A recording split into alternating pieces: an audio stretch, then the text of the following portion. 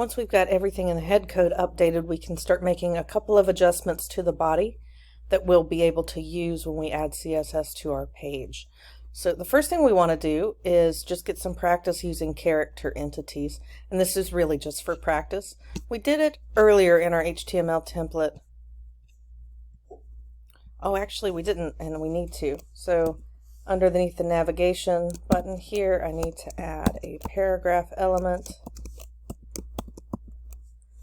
that has the first character entity, which is the copyright symbol. That is written as an ampersand and the word copy and a semicolon. And then I can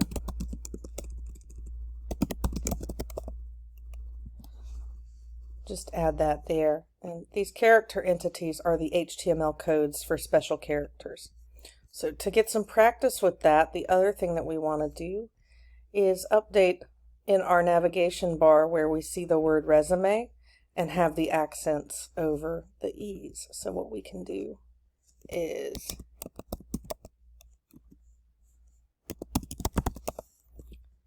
first Google resume accents, right? And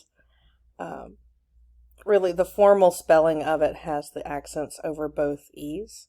Now we don't usually do that so much in America, but again, we're just doing this for practice. So what we want to do is look for the HTML character entity for that. The quickest way to do that is to look for HTML character entities.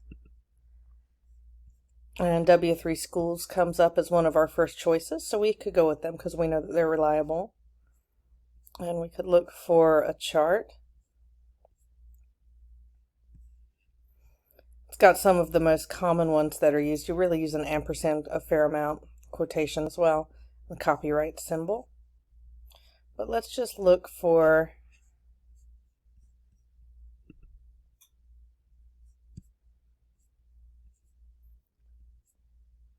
the letter E with an accent over it. Let's see, it looks like they've got some links to full references.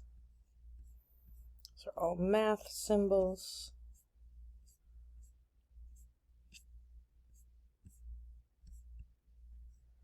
Full symbols, let's try that.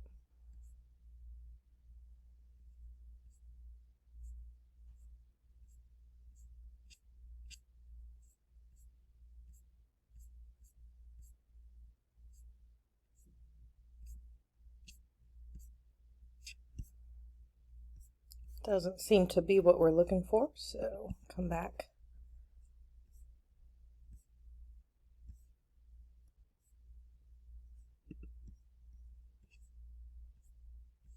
See if we can find a link for characters.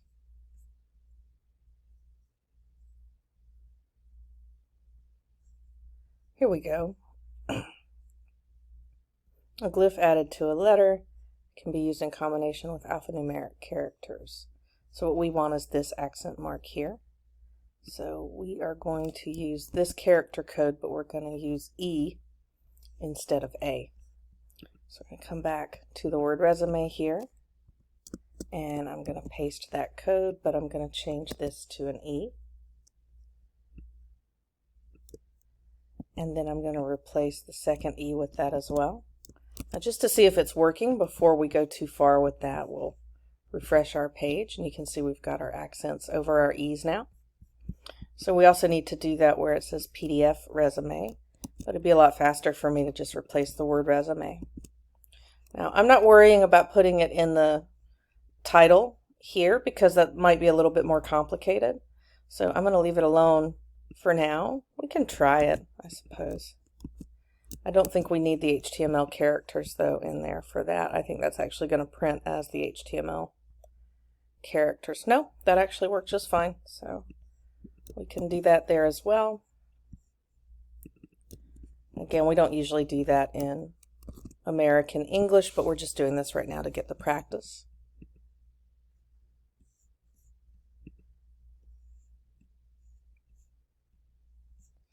And then another character entity that we want to practice is going to be non-breaking spaces. So that is something we're going to put it between the word PDF and resume right here, just to try to keep those on the same line.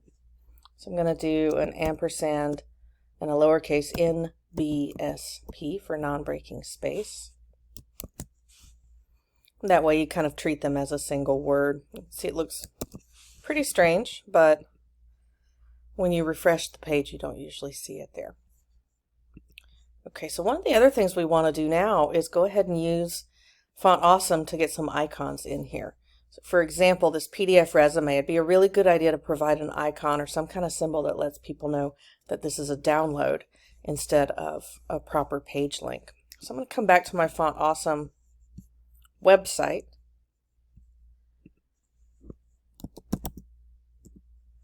And I'm going to visit the icons section, and I'm going to search for download as a keyword. And you can see I get a lot of choices here. Now all the ones that have the word pro above them are with the paid version, so those aren't available to us if we don't have a license for a paid version. Right now we're using the free version. But we could scroll and see what choices we have. I know in here somewhere there's a page with a download link to it, so I was looking for that. Let's try download file. Here we go. So this one was the one I was looking for. And if I click on it, to use these, now again for the pro version, you have all these options available to you. For now, I would keep it pretty simple though. And I would just click on this little bit of code here and copy it. And that's giving me the code to produce that icon.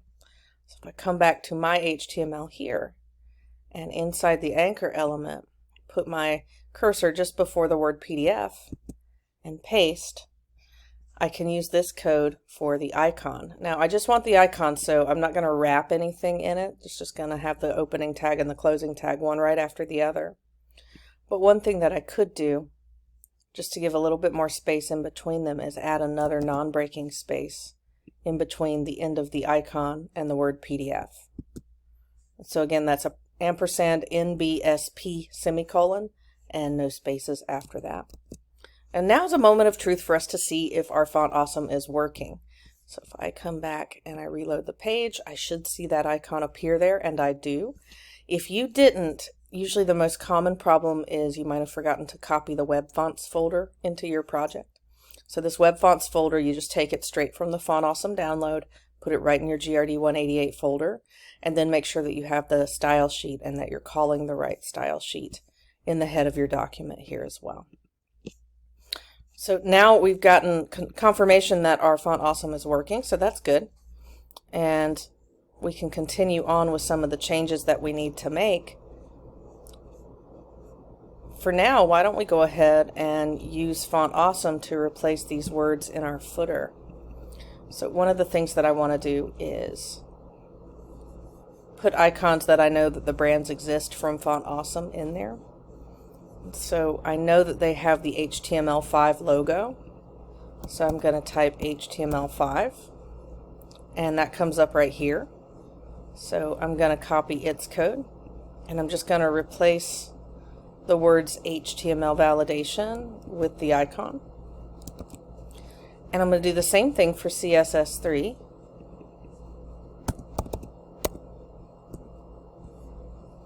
And they have a couple for that one. This one seems to match the HTML5 one the best, so I'm going to copy that code and replace my validate CSS text with that icon.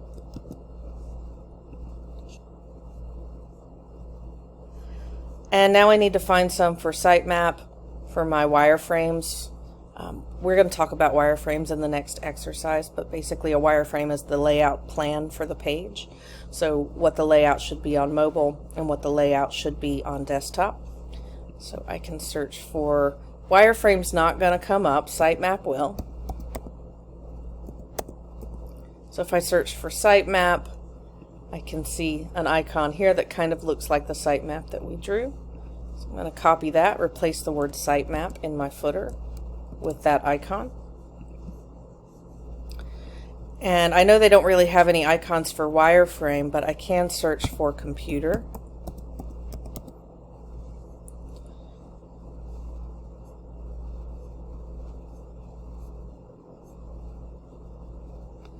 And right here's a decent icon that we could use for desktop. Kind of looks like an Apple Cinema display. So I'm going to replace the desktop wireframe with that icon. And then I'm going to come back and search for phone. And somewhere in this offering there's a cell phone, a mobile phone. That would match really well with that desktop icon. Right here.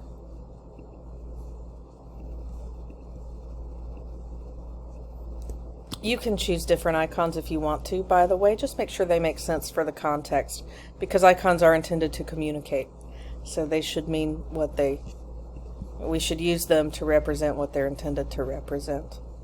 And the last thing I need is something for the style guide page. So I'm going to type in style and see what comes up.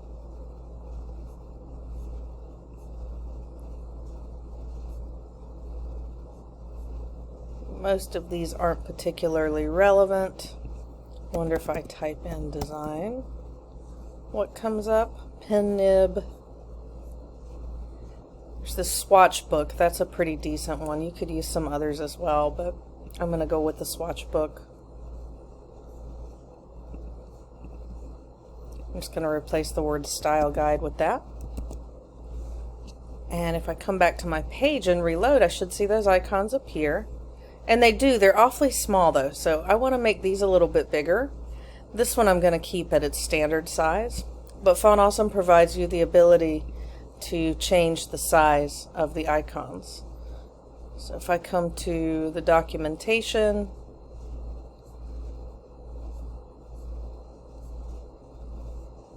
and look for size,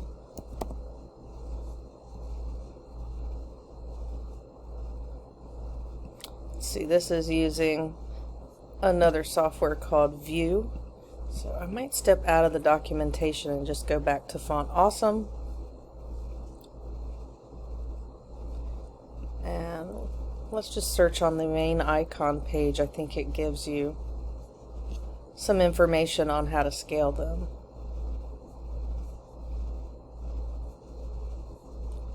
Not on the main page.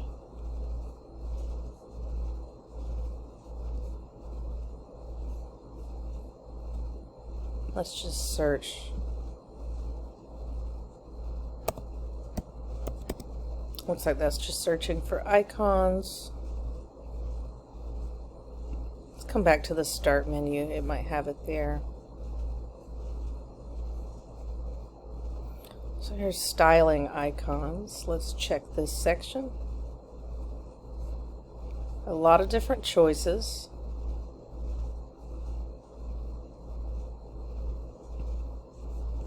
I just missed the button right there, size. So there are some default CSS classes that we can use to style each one of these. And in this case, I want to make these twice as big. So I'm going to go for this class of FA2XL. And you see here, you can have more than one class inside a class attribute. You can only have one class attribute for a specific element, so you can't write the word class equals more than once on any of these icons. But if you put a space between them, you can put different classes in that class attribute. And so in this case, we're calling out that this should be the solid version of the coffee cup and that it should be 2XL. So I'm just going to copy the FA2XL part of that. And I'm going to add that to each of my footer icons. So what I can do is add that to the end of each one, and you can see they're already using the solid and then the swatch book in this case, or the CSS alt. I'm going to hold down Command and I'm going to click at the end of each one of these. It's Control on a PC, and in Font Awesome that gives me multiple cursors.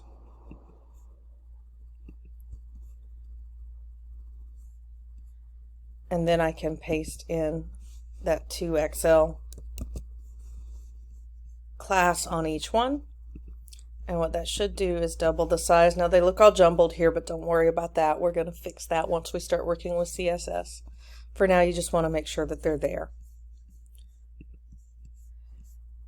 And then The last thing that we really need to do to get this ready to go, at least for the header and footer, is to give each one of these links some classes that we can use to style them differently. So because the PDF resume is a download, we want to style it a little bit differently from the rest so that it calls attention to it, because probably one of our secondary goals at least should be that someone would download a resume on a portfolio site. And I also want to style each of the footer links using brand colors. So HTML5 and CSS3 each have their own brand, and they have their own brand colors and logo and all of that. And I'd like to style those icons using those colors. And then because most of my planning documentation is hosted on Glyphy, I could use Glyphy's color palette for that as well. So let's see. We can write custom classes for each of these. So the first thing I'm going to style is this anchor element that has the PDF download. It's already here with its href, which by the way I need to update because I now have that PDF download in my downloads folder. So I'm going to replace the hashtag with a document relative path that leads first to my downloads folder and then to the file inside of it.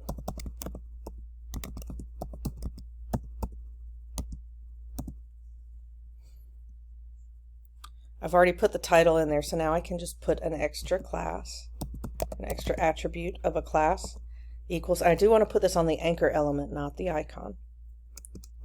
And this one I'm going to give it a class of BTN for button. And that's just so I can style it to look different from the other links in the main navigation. These don't need classes. We're going to consider these kind of our default. And so the only ones that need classes are the ones that we want to make custom. And then I'm going to do the same thing in my footer. I'm going to give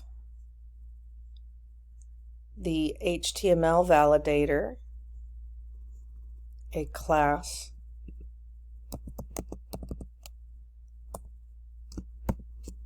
of HTML5. And then I'm going to give the CSS validator a class of CSS3. And then I'm going to give the same class to both of the wireframes and the sitemap because they're hosted on Glyphy altogether. And they are kind of planning documentation.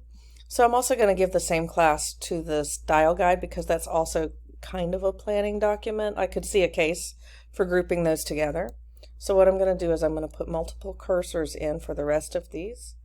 And I'm going to make sure I put a cursor in my opening anchor tag for the sitemap, for the mobile wireframe, for the desktop wireframe, and then we'll scroll all the way down to the style guide and give each one the same class of planning.